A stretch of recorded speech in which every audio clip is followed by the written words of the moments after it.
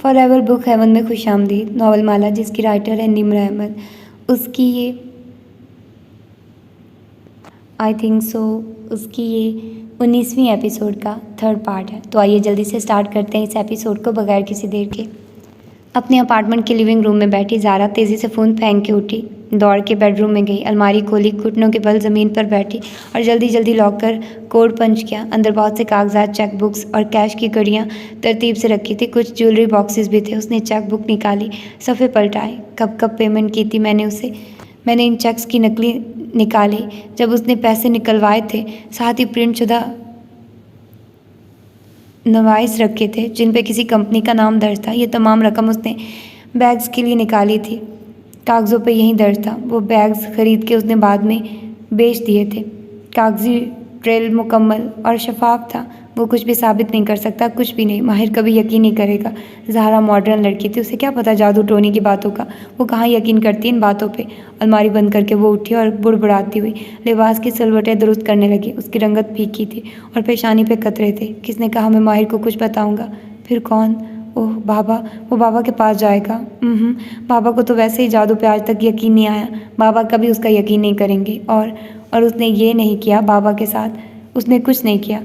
किसी तस्बीह की तरह वो बार बार दोहरा रही थी।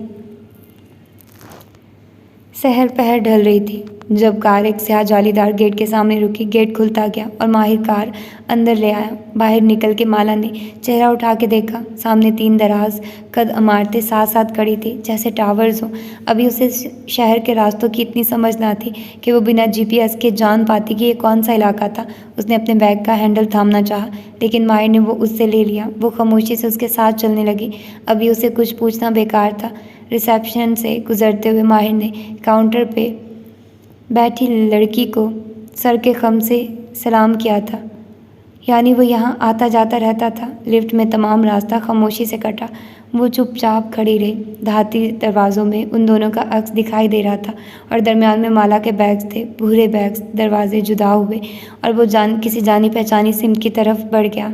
ये नीम ख्वाबदीदा सी बत्तियों से रोशन राहदारी थी।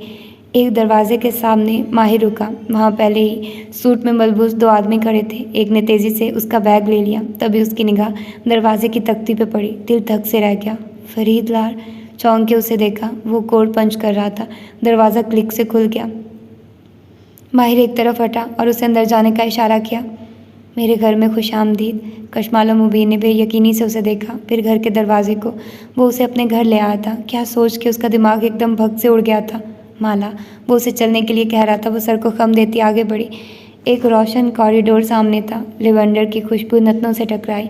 वो अंदर दाखिल हुई। उसकी स्याह किटन हील्स की ठक ठक सुनाई देने लगी। क्या वो उसे यहाँ रहने को कहना चाहता था? उसका दिमाग दुरुस्त था।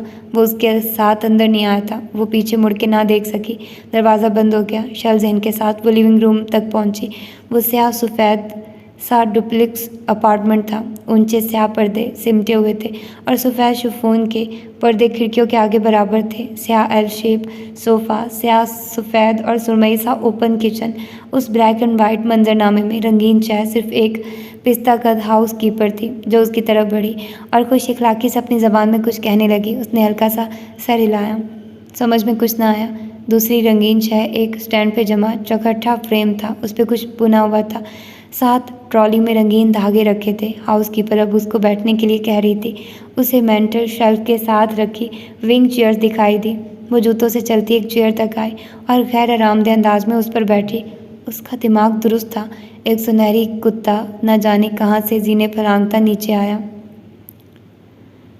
पहले लाउंज के किनारे खड़े होकर खूब भौंका, फिर देखा कि वो मुतवज्जे नहीं है तो चुपचाप खिड़की के साथ लंबा लेट गया और थोड़ी ज़मीन पर रख ली। वो बिल्कुल उलझी हुई सी बैठी थी। उसने नहीं देखा हिलाल कब अपने कमरे से निकली है, कब नाप तोल के कदम रखती वहाँ तक आई है। उसने हाउसकीपर की आवाज़ सुनी। वो हिलाल को कुछ बता रही थी। हिलाल सुने बगैर सोफे तक आई। सोफ़ा शॉल उठा के अजलत में टेपेस्ट्री के ऊपर फैलाने लगी, यहाँ तक कि वो ढक गई। माला तब चौंकी जब हिलाल उसके करीब आ चुकी थी। कैसी हो माला? हिलाल उसके गले से लग के अलहदा हुई। भूरी आंखें माला के पीछे किसी गैर मरई नुक्ते पे जमी थी।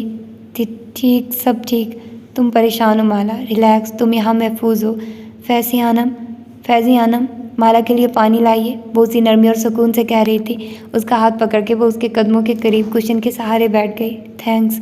वो फीका सा मुस्कुराई, पहलू बदला, जहन जागने लगा। स्याह सफ़ेद अपार्टमेंट।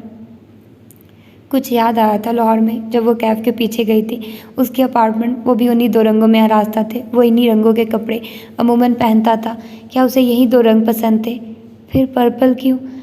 आहट पे वो चौंकी। माहिरा बंदर आया था जुराबों से चलता हुआ। वो लाउंज के दहाने पे रुका। वो सामने विंग चेयर पर बैठी थी, पैरों में जूते थे। माहिर ने बेख्तियार फैज़ी आनम को देखा, जो इन जूतों को ही देख रही थी। माहिर के देखने पे छीन के किचन की तरफ चली गई। माहिर, ये तुम्हारा घर है। वो बेचैन सी कुर्सी के बिल्कुल किनारे पर बैठी थी, जैसे भाग जाने को तैयार।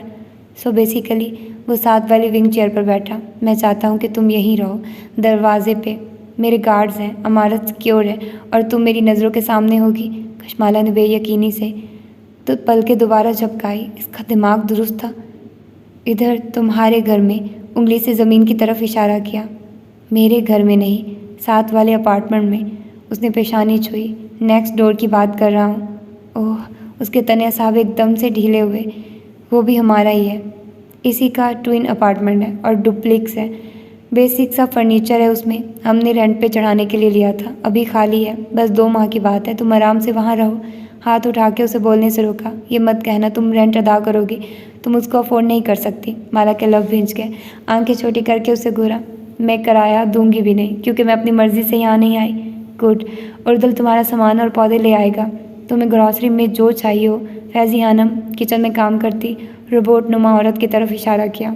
से ले सकती हो। उसके सीने में एक अजीब सा एहसास उठा। ठंडा कंटेनर, बंद दरवाज़ा। मैं कह दूँ क्या? माहिर के तासुरात नरम हुए। मैं तुम्हें कैद क्यों करूँगा? तुम जब और जहाँ चाहे आ जा सकती हो, बस एहतियात से।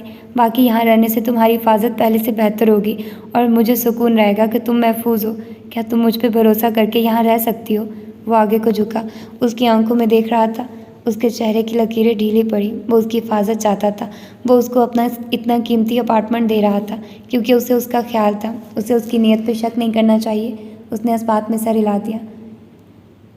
माहिर फरीद के एहसानात बढ़ते जा रहे थे। माला, बैरबल की आवाज़ पे वो चौंकी। वो अभी कमरे से बाहर निकला था। उसे देख के खुशगवार हैरत चेहरे पे आई। माला आज डिनर हमारे साथ करेगी। माहिर अपनी जगह से उठ खड़ा हुआ। बहुत अच्छा। बैरबल ने पहले माला के जूतों को देखा, फिर विंग चेयर को, फिर वापस माहिर को। हल्की सी मुस्कुराहट चेहरे पे ऊद आई। अब्रू उठाया। अच्छा लगा तुम्हें यहाँ बैठे देख के, माला मुस्कुरा के ऊंचा सा बोला। फिर बाहर की तरफ जाते माहिर के पीछे लपका। मुझे तुमसे बात करनी है। मैं अभी काम से जा रहा हूँ, डिनर पे मुलाकात होगी। वो सुने बिना आगे बढ़ गया। उसका रुख कमरे की जानिब था। बैरबल ने सोचती नज़रों से माला को देखा। ये ज़्यादा बेहतर है, अब डिनर पे बात होगी, तुम होगी ना? कदरे उम्मीद से उसे देखा। माला के सामने माहिर खुद पे काबू रख लेगा। वो थकान से मुस्कुरा दी। वो थक गई थी। ज़्यादा से मुलाकात, पैकिंग, जहनी उलझन। बैरबल के चेहरे पे थकी हुई फीकी सी मुस्कुराहट दराई। माहिर के बाहर आने तक बैरबल जा चुका था। उसने तादीबी नज़रों से माहिर को देखा। क्या तुमने अभी तक उससे बात नहीं की? बात करके उसके लिए एतराफ़ आसान कर दूँ? आस्तीन पीछे मोड़ते हुए अब्रू उठाया। माला ने अफसोस से नफ़ी में सर हिलाया। तुम क्यों उसके साथ? देखो और सीखो। मुस्कुरा के वो आगे बढ़ गया। गुजरते हुए हिलाल के बालों पर हाथ फेरा, जो खामोशी से वहाँ बैठी थी, यूँ जैसे उस महफिल का हिस्सा ना हो। जब फैज़ी खानम माला के साथ उसका सामान सेट करने वहाँ से चली गई तो हिलाल उठी और बदिक्कत टेपेस्ट्री को स्टैंड से उतारने की कोशिश करने लगी। मगर वो बिना आंखों के उन पेचो खम को नहीं देख सकती जो उन दोनों को आपस में जोड़े हुए थे। थक के उसने उसे छोड़ दिया और उसको ढांकी हुई शाल की गिरें लगाने लगी ताकि वो हवा से फिसल न जाए। वैनकूवर में 2 ही मौसम होते थे, सरमा का मौसम और कंस्ट्रक्शन का मौसम। सच शुक्र के नवंबर की आम से बहुत पहले ही कंस्ट्रक्शन सीज़न ख़त्म हो चुका था और माबीना मुबीन के सफ़ेद उजले उजले से घर के बाहर ठंडी सी खिज़ा अपने खूबसूरत रंग बिखेरे हुए थी। जगह जगह घरों के बागीचों में नारंगी हलवा कद्दू रखे थे। खिज़ा, हलवा कद्दू, पम्पकिन का मौसम था और माही इस वक्त किचन में खड़ी पम्पकिन स्पाइस के साथ एक गरम ड्रिंक बना रही थी। बच्चों के कमरे से उनके बोलने और कार से खेलने की आवाज़ें आ रही थी। काउंटर पर उनका बिछा हुआ खाना रखा था जो अब उसे ही खाना था, क्योंकि माँ का मैदा होता ही डस्टबिन है। उसको ख़त्म करने के साथ साथ ड्रिंक बन गया था। ये वक्त था जो जॉब और बच्चों के कामों में उलझी माही को कदरे फारिग मिलता था। गर्मा गर्म ड्रिंक उसने मग में अंडेली, आंखें बंद करके उसको सूंघा। वाह! फिर वो खिड़की के साथ रखी आरामदेह कुर्सी पे आ गई, किताब उठा के गोद में रखी, शॉल टांगों पे डाली और पैर ओतुमन पर रखे, मग और किताब को साथ साथ रखे, तस्वीर खींची, मग एक तरफ रखा और चंद मिनट फिल्टर और म्यूज़िक सेट करके स्टोरी पोस्ट की। फिर एक घूंट भरा, वाह शानदार! बाहर खिजा के जर्द नारंगी रंग बिखरे थे और सामने किताब खुली थी। साइड टेबल पर रखे मग से भाप उड़ रही थी। बच्चे मसरूफ थे, आज के काम मुकम्मल थे। ये एक आइडियल दिन था, जिंदगी खूबसूरत थी। उसने मुस्कुरा के किताब सामने की। अभी 2.5 सफ़े ही पड़े थे कि अचानक से कुछ ज़ोर से खिड़की पे आन गिरा। वो डर के उछली, किताब छूट गई, मग ऊंधा हो गया। खिड़की के शीशे पर खून की धारें थी, जैसे किसी ने खून से भरा जग वहां उंडेल दिया हो। माही ने चीख रोकने के लिए मुंह पे हाथ रख दिया। मग से बहता ड्रिंक कारपेट को भिगो चुका था और वो खौफजदा सी खड़ी बेयकीनी से सुर्ख शीशे पे देख रही थी। बूंदें टपक टपक के नीचे जा रही थी और बाहर फर्श में जज़ब हो रही थी। मुबीना की टांगों से जान निचड़ने लगी। इतने बरस बाद क्या फिर से? कशमाला मुबीन का नया अपार्टमेंट फरीद लार की नकल था। वहीं आर्किटेक्चर, वैसी ही कमरों की तरतीब, दरमियान में सीढ़ियाँ, अलबत्ता रंग और फर्नीचर बिल्कुल मुख्तलिफ थे। जहाँ फरीद लार स्याह सफ़ेद रंगों से पुरतइश अंदाज में सजाया गया था, वहाँ इस अपार्टमेंट में नाम के सफ़ेद पर्दे थे और वाजबी सा आकिया का फर्नीचर। सिर्फ एक बेडरूम फर्निश था, बाकी खाली खाली था। अलबत्ता फरीद लार की निस्बत यहाँ रोशनी ज़्यादा थी। खुला हवादार उर्दल शाम में उसके पौधे ले आया तो उन्होंने सारे में सब्ज़ रंग भर दिया। अलबत्ता इस अपार्टमेंट की फ़िज़ा में माहिर फरीद के बढ़ते हुए एहसानात का बोझ भी था, जिसके बायस वो चंद मिनट बाद ही बुरा महसूस करने लगी थी। उसे अब्दुल मालिक फरीद की निगाहें और उनमें पनाह तशवीश याद आई। क्या वो अपनी हिफाजत के लिए माहिर को गैर महफूज कर रही थी? मगर वो और क्या करती? एक हाइपर इंडिपेंडेंट, शदीद खुदमुख्तार औरत की तरह इतने बरस अपना ख्याल खुद रख रख के अब वो थकने लगी थी। कम से कम कोई था जिसे उसकी हिफाजत का ख्याल था। ये वो पहला फैमिली डिनर नहीं था जिसमें माहिर और वो एक मेज़ पे बैठे थे। उसे मोहित की शादी से पहले वाला डिनर याद आया। अलबत्ता उम्मीद थी कि आज का डिनर ऑकवर्ड नहीं होगा। डिनर डाइनिंग हॉल में सजाया गया था। ये हॉल लिविंग रूम का दूसरा हिस्सा ही था, अलबत्ता दरमियान में सीढ़ियों की वजह से ये दिखाई न देता था। यहाँ खिड़की ना थी, बस दीवार गिर आईना लगा था जिसमें माला को एक दूसरी डाइनिंग टेबल और इस पे बराजमान 3 अफराद दिखाई दे रहे थे। एक स्याह लॉन्ग ड्रेस में बैठी सब्ज आंखों वाली लड़की जिसके बाल बंधे थे और कानों में नन्हे मोती थे। एक मुकाबिल बैठी घुंघराले बालों और झुके सर वाली लड़की और एक सरबराही कुर्सी पर बराजमान स्याह शर्ट और पैंट्स वाला आदमी जो मुसलसल अपने फ़ोन पे लगा था। उस डिनर की चौथी शरीक खामोश थी, वो खामोशी जिससे वो बैरबल के मुंतज़िर थे। बैरबल की जगह हिलाल के साथ थी। उस पर चार्जर, प्लेट्स, कटलरी, नैपकिन सब बिछा था। फैज़ी आनम किचन में खामोशी से मुंतज़िर थी, कब वो आए, कब सर्विस शुरू हो। ये खामोशी चंद लम्हे बाद माला को मज़ीद बोझल महसूस करवाने लगी। शायद उसे माहिर के फैमिली डिनर पे नहीं होना चाहिए था। कुछ गैर आरामदेह सा था उस मेज़ पे। शायद वो खुद को छोटा महसूस कर रही थी। वो पुलिस वाले मामलात में उसकी मदद कर रहा था। अब उसने उसे अपना अपार्टमेंट दे दिया था। उसके एहसान बढ़ते जा रहे थे। शायद उसे अपार्टमेंट लेना ही नहीं चाहिए था। तुम्हारा सामान आ गया? माहिर ने कलाई पे बंधी घड़ी देखी, फिर वापस मोबाइल स्क्रीन को। वो बदिक्कत मुस्कुराई। सब आ गया। खामोशी फिर से छा गई। हिलाल सर झुकाए प्लेट पर उंगली फेर रही थी, जैसे कुछ अनदेखा सा लिख रही हो। तवील मेज़ के वस्त में फूल रखे थे और ऊंची मोमबत्तियां जल रही थी। बदाखिर बैरूनी दरवाज़ा खुलने की आवाज़ आई तो उसने जैसे सुकून का सांस लिया। जूतों की आवाज़ें। बैरबल जूते उतार रहा था। हिर्ज की टक टक। वो चौंकी। बेख्तियार माहिर को देखा। उसने बलाखिर अपना मोबाइल एक तरफ रख दिया था। कदम लाउंज अबूर करके उस तरफ आते सुनाई दे रहे थे। माला कमर सीधी रखे चौकन्नी सी बैठी थी। पहले बैरबल का चेहरा दिखाई दिया। आओ बैरबल। माहिर फुर्सत से उनकी तरफ मतवज्जे था। शाम बखैर, मुझे आप लोगों को कुछ बताना है। वो माहिर के मुकाबिल सरबराही कुर्सी के पीछे जा रुका। मैं काफ़ी दिन से एक बात करना चाह रहा था लेकिन तुम सुनना नहीं चाहते थे, जिससे मुझे अंदाज़ा हो गया कि तुम जानते हो, इसलिए अब ये सरप्राइज़ नहीं रहा।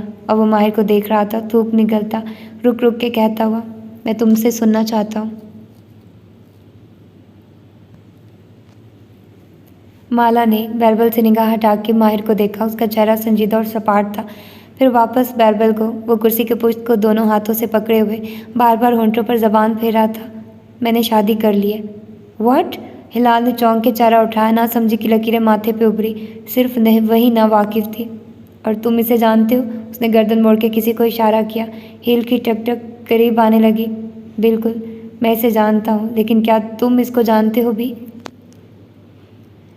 माला ने दीवार घिर आईने को देखा ताकि उसे गर्दन मोड़ने की ज़रूरत ना हो। आईने के कोने से वो आती दिखाई दे रही थी, कंधों तक आते, भूरे बालों वाली लड़की, पूरी आस्तीन का सफ़ेद फिटेड ड्रेस पहने जो पिंडियों के दरमियान में ख़त्म होता था। कानों में सुनहरे ड्रॉप्स, कोहनी पे एक मेटालिक बर्कन बैग जिसके चंद दिन पहले उसकी क्लाइंट और तकोई की मस्जिद के सामने रो रही थी, अब वो बैरबल के साथ आ खड़ी हुई थी। माला ने आईने से निगाह हटा के उसके असली वजूद को देखा। उसकी उंगलियों में बहुत सी अंगूठियाँ थीं। एक में 3 कैरेट का डायमंड वाज़ेह दमक रहा था। उन सबको अपनी तरफ देखते पाया तो सादगी से मुस्कुराई। सुजैन, सर के खम से तारुफ करवाया। सोजी, और मैंने शादी कर ली है। वो साथ आ खड़ी हुई तो बैरबल ने कुर्सी का किनारा छोड़ दिया। गर्दन कदरे तन गई। माला की निगाहें कोर्ट में दाएं बाएं जाती टेनिस बॉल की तरह उन दोनों से माहिर की तरफ उठ गई। वो पीछे को टेक लगाए, बिल्कुल संजीदा बैठा था। कब? 5 दिन पहले हमने अचानक से फैसला किया। Spore of the moment. हमें लगा ये हमारे लिए ठीक है, वो कह रहा था, फिर रुका। माला को देखा। सोजी, सुजैन माहिर की वकील थी। इसने माहिर का केस लड़ा था और इसको जेल से निकाला था। वो केस जिसमें वह हिचकिचाया था। ज़ियाद ने इसे फंसाया था। याद करवाने के लिए शुक्रिया। वो जबरन मुस्कुराई। सोजी को सर के खम से सलाम कहा। वो भी दोस्ताना अंदाज में मुस्कुराई। फिर वापस माहिर को देखा। जानती हूँ आप लोग खफा होंगे कि हमने आपको नहीं बताया। क्यों नहीं बताया बैरबल भाई? हिलाल अभी तक परेशान बैठी थी। बैरबल के चेहरे पे मलाल उभरा। आई एम सॉरी, मगर हमने वो किया जो हमें अपने लिए बेहतर लगा। सॉरी हिलाल।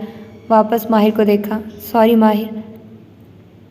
माहिर उसे नहीं देख रहा था। वो आंखों की पुतलियां सुकेड़े सिर्फ सोजी को देख रहा था। माहिर बे, वो खनखारी, मुझे अंदाज़ा है कि आपको बैरबल और मेरे फैसले से अफसोस हुआ होगा। दुरुस्त अंदाज़ा है। और ये भी कि आप बैरबल की चॉइस पे भरोसा नहीं करते, क्योंकि माजी में बैरबल के साथ ऐसे वाक़यात हो चुके हैं। मैं और भी एक अरसा दोस्त रहे हैं, सो मैं जानती हूँ कि उसकी ज़िंदगी में। आगे बोलो। उसने हाथ को घुमाया, जल्दी का इशारा किया। सोजी के चेहरे की जोत बुझ गई, लेकिन वो जल्दी जल्दी कहने लगी। मेरा मतलब है आपको यकीनन कुछ खदशात होंगे, सो आपकी तसल्ली के लिए कुछ बताना चाहती हूँ। वो उसी नरमी से कह रही थी, माहिर की आंखों में देखते हुए। मैंने और बैरबल ने एक प्रीनिप साइन किया है। प्रीनिचुअल एग्रीमेंट इस मायदों को कहते हैं जो शादी से पहले मियाँ बीवी साइन करते हैं, जिसके मुताबिक तलाक की सूरत में दोनों एक दूसरे की दौलत या जायदाद में हिस्सेदार नहीं बन सकते। ये अमूमन तब साइन किए जाते हैं जब दोनों में से कम अज़ कम एक फ़र्द बेतहाशा दौलत का मालिक हो। माला की आंखें वापस माहिर तक आई। उसके चेहरे की लकीरों में फ़र्क नहीं आया था। इस प्रीनिप की कॉपी मैं आपको ईमेल कर दूंगी। आप अपनी तसल्ली कर लें। मैंने बैरबल से शादी एक घर बनाने के लिए की है, उसकी दौलत में हिस्सादार बनने के लिए नहीं। फिर उसने चेहरा मोड़ के बैरबल को देखा। आंखों में नरमी थी। वो चीज़ें जिनकी वजह से औरतें बैरबल के पीछे भागती हैं, मैं वो चीज़ें बचपन से देखती आ रही हूँ। वापस माहिर को देखा और जैसे उदासी से मुस्कुराई। ये बैग्स, ये जवाहरात, ये घर और लग्जरी तातीलात, ये मेरे लिए नया नहीं है। मेरा अपना सोशल सर्कल है, एक कामयाब करियर है, मगर मेरी ज़िंदगी में सिर्फ एक चीज़ की कमी थी। साथ खड़े बैरबल का हाथ थामा। कंपेनियनशिप की कमी। इसकी तलाश में मैं बहुत से लोगों से मिली हूँ, बैरबल से अमीर, बैरबल से कम पैसे वाले, मगर पैसा मेरे लिए अहम नहीं है क्योंकि मैं ये खुद कमा सकती हूँ। लेकिन बैरबल वो वाहिद शख्स है जो मुझे समझता है, जिसके साथ मैंने खुद को इतना सीन और हार्ड महसूस किया है, हेयर महसूस किया है। उसकी मुस्कुराती आंखों में गुलाबी नमी उभरी। इसीलिए जब उसने मुझे प्रपोज़ किया तो मैंने हाँ कर दी और हमने फ़ौरन शादी कर ली। कुछ सोचा नहीं, कुछ देखा नहीं, सिवाय परिनिप के। सोजी ने गहरी सांस ली। मैं वकील हूँ माहिर बे, 10 मिनट में मुआहदा बनवा सकती हूँ, क्योंकि मैं नहीं चाहती कि आप मुझे लालची औरतों की कैटेगरी में डालें। हमने पैसे को पहले दिन से ही अपने ताल्लुक से निकाल लिया है। आपने मेरे साथ काम किया है, आप मुझे जानते हैं। मैं इन चीज़ों के पीछे नहीं भागती जिनके पीछे दूसरी औरतें भागती हैं। मैं वर्किंग वूमेन हूँ, अपनी मेहनत से अपनी लग्जरीज अफोर्ड कर सकती हूँ। बैरबल अपना काम करेगा और मैं अपना काम। हम अपनी ज़िंदगी शेयर करेंगे और एक दूसरे के साथ ही बनेंगे, लेकिन हम पैसे शेयर नहीं करेंगे। ये हमारा पहले दिन से मुआहदा है। माहिर बिल्कुल खामोशी से सुन रहा था। वो खामोश हुई तो हॉल में सन्नाटा छा गया। क्या आप हमसे नाराज़ होने की बजाय हमें अपनी ब्लेसिंग्स दे सकते हैं? वो दोनों आंखों में फिक्रमंदी और उम्मीद लिए सामने खड़े थे। और तुम्हारे घर वालों की ब्लेसिंग्स? सोजी के चेहरे पे फीकी सी मुस्कुराहट उभरी। माँ नाराज़ है, मैंने उन्हें आज बताया। वो अमेरिका में है और फिलहाल मेरी कॉल्स नहीं ले रही। उसकी आंखों के किनारे भीगने लगे, लेकिन उसने जैसे आंसू निकल लिए। मुझे एहसास है कि हमसे गलती हुई है। हमने अपने लिए एक फ़ैसला लेकर कुछ गलत नहीं किया, लेकिन आप लोगों को एतमाद में ना लेकर गलत किया है। अगर आप इस फैसले को कबूल कर लें तो वो भी ठीक हो जाएंगी। वो रुकी, फिर दोहराया, वो मेरी माँ है, मुझे उनको मनाने के लिए भी आपकी मदद चाहिए। माला के दिल को कुछ हुआ। उसने बेख्तियार माहिर की तरफ गर्दन मोड़ी। माहिर के तासुरात नहीं बदले थे। मेरे पास कबूल करने के सिवा क्या ऑप्शन है सुजैन हानम? फैसला तुम लोग कर चुके हो। मैं सिर्फ इतना कर सकता हूँ कि फैजी हानम, ज़ोर से आवाज़ दी। बैरबल और सोजी का सांस रुक गया। फैजी हानम भागती हुई आई। कदरे डर के उसे देखा।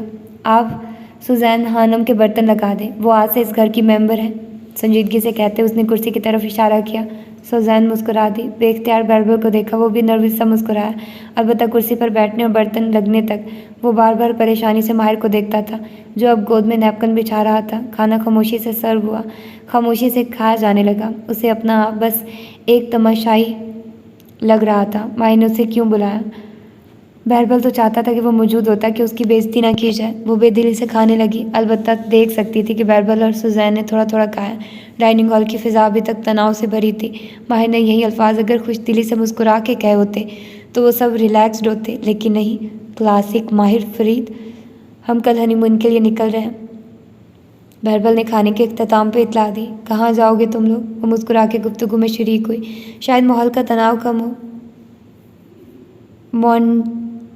टैंग्रो, वो कदरे जोश से बताने लगा। अभी तक हम होटल में थे, वहीं से एयरपोर्ट जाएंगे, मगर सिर्फ 4 दिन के लिए, क्योंकि फिर सोजी को देखा मोहब्बत और फ़ख्र से। सोजी के एक अहम अदालती समाअत है, ज़्यादा दिन काम से ऑफ भी नहीं ले सकती ना। वो मुस्कुराई। बैरबल ने बात जारी रखी। वापस आके फिर हम जो भी करना है करो, मुझे कोई एतराज़ नहीं है। वो कांटे में पास्ता का टुकड़ा फंसाता उसी उकताहट से बोला था। मेज़ पे एक दफ़ा फिर से सन्नाटा छा गया। फिर माहिर ने चेहरा उठाया। जब मैंने कहा कि मैं तुम्हारे फैसले को कबूल कर चुका हूँ तो कर चुका हूँ। फिर उन्हीं नज़रों से सोजी को देखा। कासिम फरीद के घर में खुशामदीद, इस घर को अपना समझो। फैजी आनम कुकिंग करती हैं, तुम उनसे अपनी मर्ज़ी का जो भी बनवाना चाहो बनवा सकती हो। फिर अतराफ़ में देखा। इस घर का इंटीरियर मैंने बनाया, लेकिन तुम चाहो तो तब्दीलियाँ कर सकती हो, जैसे चाहो रहो, मेरी तरफ से कोई मदाखलत नहीं होगी। नहीं माहिर, इट्स ओके। बैरबल ने बेख्तियार बात काटी। नहीं माहिर, इट्स ओके। बैरबल ने बेख्तियार बात काटी। अब हमें अपनी अलग जगह पे शिफ्ट हो जाना चाहिए। उसका अंदाज़ नॉर्मल था कि यही इस शहर का असूल था। शादीशुदा जोड़े को जल्द से जल्द अपनी खुद मुख्तार जगह चाहिए होती है। हिलाल ने चौंक के सर उठाया। आप यहाँ से चले जाएंगे? दूर नहीं, बैरबल मुस्कुराया। साथ वाले अपार्टमेंट में।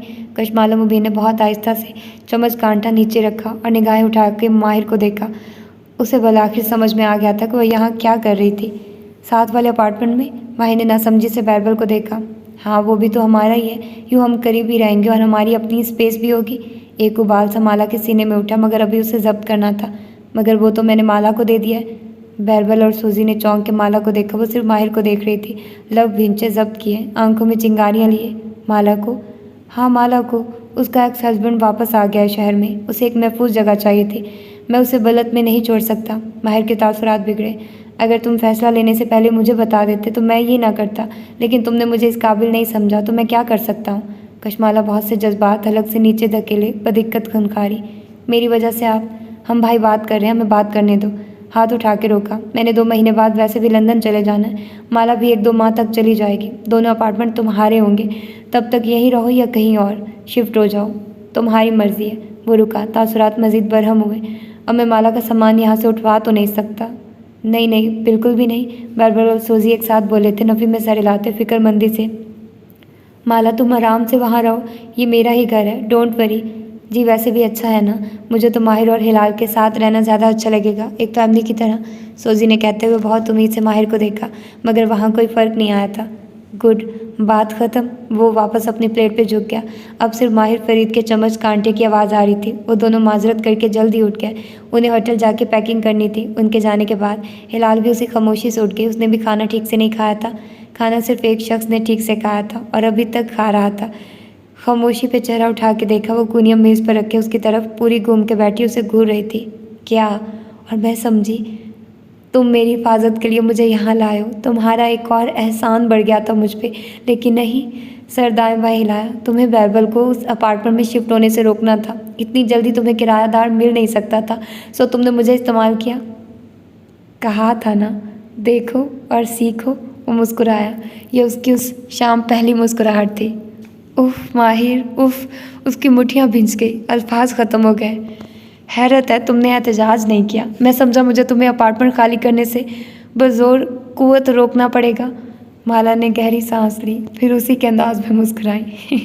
क्यों एहतजाज करती? दोपहर से तुम्हारे एहसान के नीचे बोझल थी, मगर अब तुम मेरे एहसान तले हो। अच्छा लगा जानकर। उसके कंधे उस बोझ से आज़ाद हो चुके थे। वो निकल जाती तब भी वो उनके हनीमून से लौटने से पहले तक किसी और को वहाँ ले आता, किरायादार बना के। फिर उसे भी अपने बारे में सोचना चाहिए था। कुछ कुछ समझने लग गई हो तुम मुझे। वो मुसलसल मुस्कुरा रहा था। क्यों सुजैन को इस घर में रखना चाहते हो? Keep your enemies closer. वो दुश्मन नहीं, तुम्हारे भाई की बीवी है। तुम एक फैमिली बन के भी रह सकते हो। वैसे भी वो लालची नहीं है। वो सर से पैर तक अमारत में डूबी हुई है। उसने तुम्हारी तसल्ली के लिए परनिप साइन कर लिया है। तुम खुलूसे दिल से उसको एक चांस दे सकते हो। क्या मालूम वो बैरबल की ज़िंदगी संवार दे।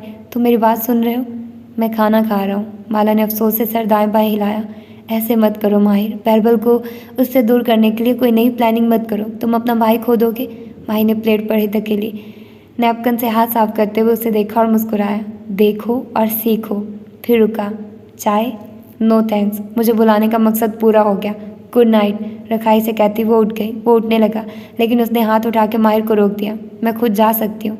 किचन में काम करती फैज़ी आनम ने पलट के उसे देखा, जो कॉरिडोर में आगे जा रही थी। फिर गहरी सांस ली। इस घर में नए नए काम होने लगे थे। बैरबल एक बीवी ले आया था और माहिर एक लड़की के जूते बर्दाश्त करने पर मजबूर था। अल्लाह अल्लाह। माला के जाने के बाद फरीद लार फिर खामोश हो गया। वो अपने कमरे के बजाय हिलाल की जानिब आया। दरवाज़ा अध खुला था और वो बेड के किनारे बैठी थी। लाली। वो उसके करीब आया, एक नन्हा स्टूल खींचा जो ड्रेसिंग टेबल का हिस्सा था और उसके सामने बैठा। वो गर्दन सीधी रखे खिड़की पे आंखें जमाए हुए थी, अब्रू इकट्ठे भींच रखे थे। बैरबल भाई ने हमें शादी पे क्यों नहीं बुलाया? उसको लगा हम उसे ये नहीं करने देंगे। वो गौर से लाल के चेहरे के उतार चढ़ाव देख रहा था। वो अच्छी है, फिर आप उससे ऐसे बात क्यों कर रहे थे? वो हमारे लिए अच्छी नहीं है। उसकी एनर्जी बुरी नहीं थी, मुख्तलिफ थी। वो बैरबल भाई के साथ आने वाली लड़कियों से मुख्तलिफ थी। वो वाकई उस घर में फैमिली की तरह रहना चाहती है। फिर आप क्यों? मैं छठी हिस्से ज़्यादा अपनी 5 हसियात पे भरोसा करता हूँ हिलाल। अब क्या हमारे घर का हर डिनर ऐसे ही होगा, टेंशन में? वो चंद लम्हे के लिए खामोश हो गया। मैं कुछ और पूछने आया हूँ। हिलाल उसी तरह चेहरा खिड़की की तरफ मोड़े बैठी रही। इस जाविये से बाहर सिर्फ आसमान दिखाई दे रहा था। तुमने माला से अपनी टेपेस्ट्री क्यों छुपाई? हिलाल के अब्रू चौंकने वाले अंदाज में उठे। उसी पल परिंदों का एक गौल खिड़की के करीब से गुजरा। मदम सी गुटरगू सुनाई दी, फिर खामोशी। कुछ चीज़ें वक्त से पहले नहीं देखनी चाहिए। क्या कोई चीज़ तुमसे फिर से बातें करने लगी है? कोई आवाज़, कोई विजन? वो गौर से उसके बर्फ़ जैसे चेहरे को पढ़ना चाह रहा था। मैं आती हूँ। हिलाल बाहर देखती रही, या शायद अपने अंदर। वो फैसला न कर सका। तुम्हें इन चीज़ों को ब्लॉक आउट करना होगा लाली। ये ज़िंदगी मुश्किल बना देती हैं। मुझे देखो, मैंने एक अरसा हुआ ये आवाज़ें सुनना छोड़ दी हैं। इनकी तरफ जितनी तवज्जो करो ये उतनी बड़ी हो जाती हैं। तवज्जो हटाओ तो गायब होने लगती हैं। वो नरमी से समझा रहा था, अलबत्ता एक गैर आरामदेह सा एहसास पर फैलाए माहिर फरीद के कंधों पे दबाव डाल रहा था। ये एहसास कि वो उससे कुछ छुपा रही है, और इससे बेहतर कौन जानता था कि जब हिलाल ने कुछ नहीं बताना तो उसने कुछ नहीं बताना। फिजा सड़क के दोनों किनारे उगे दरख्तों पे उतरी थी। वैनकूवर के ये दरख्त उस मौसम में रंग बदल रहते थे। नारंगी, सुर्ख और भूरे माइल के दरख्त, घास पे जगह जगह करारे पत्ते गिरे थे। एक घर के ड्राइववे पे आराइशी कद्दू रखे थे जो गालबन हॉलवीन की रात से अब तक पड़े थे। उस घर के मुकाबले एक छोटा सा घर था। बाहर रखे बेंच के साथ व्हील चेयर थी जिस पर एक बूढ़ा आदमी बैठा था, पैंट्स पे लंबा कोट पहने, गर्दन में मफलर, सर पर टोपी, छोटी दाढ़ी, ऐनक झुर्रियों ज़दा, इस्तख्वानी हाथ की पुश्त पर आई हुई लाइन की बाकियात मौजूद थी और चेहरे पर मुस्कुराहट। क्या चीज़ तुम्हें यहाँ ले आई मुबीना? वो व्हील चेयर का रुख बेंच की तरफ मोड़े हुए थी जिस पर माही बैठी थी। उसकी आंखों में डॉक्टर राइट के लिए अफसोस और हमदर्दी थी। आप ठीक हैं? कैंसर का यही मसला है, एक दफ़ा लाहक हो जाए तो बस हर गुफ्तगू इसी बारे में होती है। वो मुस्कुराए। चेहरे की झुर्रियों में इजाफा हुआ। डॉक्टर राइट की बेटी ने उसे बताया था कि 2 साल पहले उनको कैंसर हुआ था। आखिरी चंद माह की मोहलत दी गई थी। इस मोहलत को ख़त्म हुए 1.5 साल हो चुका था और वो अब तक जी रहे थे, अलबत्ता बहुत कमज़ोर और लागिर हो गए थे। कीमो के ताज़ा तरीन सेशन को चंद हफ्ते गुजर चुके थे, सो दाढ़ी और बाल वापस आने लगे थे और मुस्कुराहट तो कभी जुदा ही नहीं हुई थी। मैं दुनिया की नज़र में एक अच्छी ज़िंदगी गुजारी हूँ शेख, यानी उसने सर झुका दिया। मेरे बच्चे हैं, शौहर है, घर है। शायद दूसरों को लगता है कि मेरे पास सब कुछ है, लेकिन सुबह शाम मेरे लिए क्या चैलेंजेस हैं ये मैं जानती हूँ। कभी कभी बच्चे मुझे ऐसा पागल कर देते हैं कि मैं बाथरूम में छुप के ज़ोर ज़ोर से रोती हूँ। कभी मेरी और मेरी आबाद की ऐसी लड़ाई होती है कि हम साए तक सुनते हैं, और कभी यही बच्चे मुझे बहुत हंसाते हैं। आबाद और मैं ठीक हो जाते हैं और हम साथ ट्रैवल प्लान करते हैं। जॉब में कामयाबियाँ भी मिलती हैं और साथ ही ऐसे ऐसे फाइनेंशियल मसले दरपेश आते हैं कि मैं चकरा के रह जाती हूँ। साथ रहते रहते तो जानवर भी एक दूसरे से आजिज़ आ जाए। हम चारों तो फिर इंसान हैं।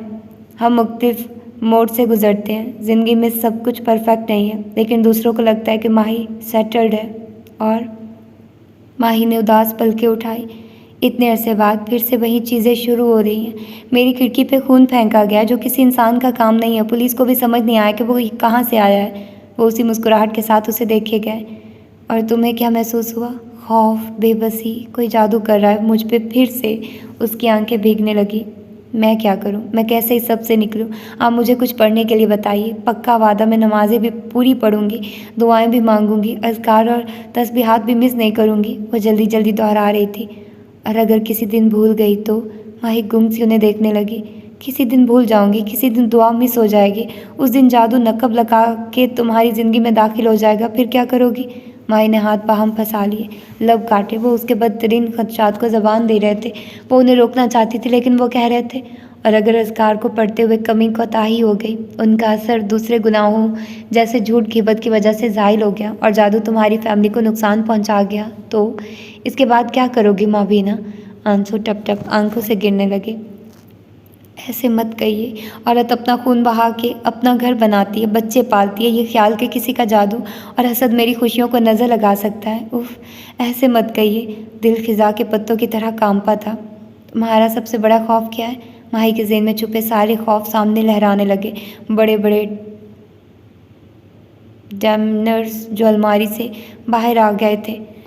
उसने नफ़ी में सर हिलाया। वो उनको ज़बान नहीं दे सकती थी। मैं बता देता हूँ, यहीं कोई शौहर छिन जाएगा, बच्चे छिन जाएंगे, रिस्क छिन जाएगा, घर छिन जाएगा, नेमतों के छीनने का खौफ है ना? उसके आंसुओं में रवानगी आ गई। सर ऊपर नीचे हिला दिया।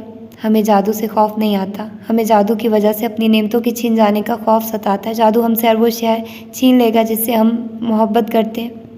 वो अब के सर भी ना हिला सकी। क्या कैंसर उन्हें मज़ीद दाना बना गया था या संग दिल? वो ऐसे क्यों कह रहे थे? क्या करोगे अगर जादू नकब लगा के तुम्हारी दुनिया में दाखिल हो गया? उसने बस नफ़ी में सर हिलाया। हवा का सर झोंका करीब आया और उनके गिर्द भूरे पत्ते बिखर गए। ऊंचे नारंगी दरख्त चुपचाप खड़े अपने यहाँ सेबों समेत उनकी गुफ्तगू सुन रहे थे। आंखें नाक कटे हुए हलवा, कद्दू, पम्पकिन्स भी उन्हीं को देख रहे थे। मैंने कहीं बरस पहले भी तुम्हें एक नसीहत की थी, आज दोहराता हूँ। जादू तोड़ने के बहुत तरीके हैं। कुछ जादू के ज़रिए, कुछ कुरान और मसनून अज़कार के ज़रिए। दोनों तरीक़ों से जादू कर जाता है, मगर जादू के ख़िलाफ़ इंसान का सबसे पहला हथियार ये सब नहीं होता। उसे कुछ याद आ रहा था। क्या कहा था उन्होंने? जादू के ख़िलाफ़ तुम्हारा पहला हथियार है ये याद रखना कि जादू किसकी इजाज़त से होता है। उन्होंने गश्त शहादत ऊपर उठाई। जादू सिर्फ़ अल्लाह ताला की इजाज़त से होता है। वो इजाज़त ना दे तो जादू असर नहीं करता, और वो जादू को इजाज़त दे दे तो तुम सुबह शाम कितने ही अज़कार क्यों ना पढ़ो, जादू असर कर जाएगा। जो मुसीबत तुम्हें पहुंचनी है वो पहुंच जाएगी। फिर मैं क्या करूं? अज़कार ना पढ़ूं? ज़रूर पढ़ो, वही तो तुम्हें जादू से महफूज रखेंगे। मगर याद रखो, पहला हथियार ये यकीन है कि जादू जिसकी इजाज़त से होता है वही तुम्हें इससे निकालेगा। जादू से डरने के बजाय इसका सामना करने को तैयार रहो। हर इंसान को अपने हिस्से की मुसीबत काटनी है। अगर तुम्हारे घर, शौहर या बच्चों को नुकसान पहुँचना है तो वो पहुँच के रहेगा। मगर दरख्तों के पत्ते भी सांस रोक के सुनने लगे और उन पर बैठे जिन्नात भी। मगर इस नुकसान के बाद भी अल्लाह ताला होगा जो तुम्हें संभाल लेगा। उसको ईमान कहते हैं। इंसान को इतना पुख्ता यकीन रखना कि भले मेरे ऊपर 100 जादूगर भी जादू करें, जब तक अल्लाह मेरे साथ है अव्वल तो जादू असर नहीं करेगा, और अगर कर गया और मुझसे कुछ छिन गया तो अल्लाह मुझे वो लौटा देगा। मुझे मुसीबत पहुंच भी गई तो अल्लाह मुझे संभालेगा। ये यकीन जब दिल में पुख्ता हो जाए तो इंसान जादू की परवाह नहीं करता। उसकी सोच जादूगरों के खौफ से ऊपर उठ जाती है। वो कहता है, तुम लोग डालो अपनी रस्सियाँ और लगाओ अपना खेल तमाशा, मुझे परवाह नहीं, क्योंकि मेरा रब मेरे साथ है। फिर मुझे कोई मुसीबत पहुँचे या मेरा कोई नुकसान हो या कोई बीमारी मिल जाए तो वो मेरे लिए मेरे रब के तोहफे हैं। बीमारी तोहफ़ा कैसे होती है? उसकी निगाहें उनके बूढ़े हाथ की पुष्ट पे लगी। आईवी लाइन तक उठी। हर चीज़ उसका तोहफ़ा है, ट्रेजिडी भी, खुशी भी। अल्लाह आपको दोनों तोहफे थमाएगा। अपने हाथ बढ़ाए रखो, वो किसी वक्त कुछ भी थमा सकता है। जो भी थमाए उसे कबूल कर लो। हाथ नीचे ना करो, खौफ से खुद को बंद ना कर लो। हाथ फैलाए रखो। अगर ट्रेजिडी मिले तो इससे निकलने की कोशिश करो, अगर खुशी मिले तो उसका शुक्र अदा करो, लेकिन शिकवा नहीं करो। इंसानों के इल्ज़ाम ना दो, जादूगरों या जिन्नों से खौफ ना खाओ।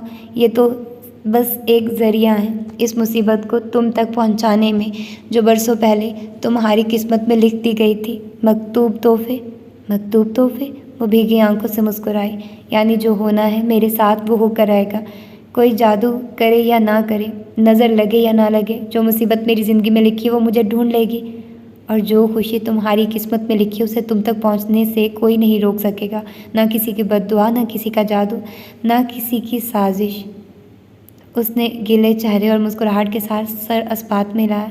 यानी मैं इस उम्मीद के साथ अज़कार, नमाज़ें और कुरान कसरत से पढ़ूँ कि ये जादू के ख़िलाफ़ मेरी हिफाजत करेंगे, और अगर इनके बावजूद भी जादू के असर से मुझसे कुछ छीन भी गया तो अल्लाह है ना, वो मेरे अंदर कोई खैर देखेगा तो मुझे लौटा देगा। हर वो चीज़ जो मुझसे छीनी गई थी वो उनसे ज़्यादा खुद को यकीन दिला रही थी। बार बार निगाहों के सामने खून आलूद शीशे की दीवार आ जाती और कैसे उसने स्क्रब कर करके उस खून को साफ़ किया था। ये वाक़यात होते रहेंगे, उसे इनसे डरना छोड़ना था।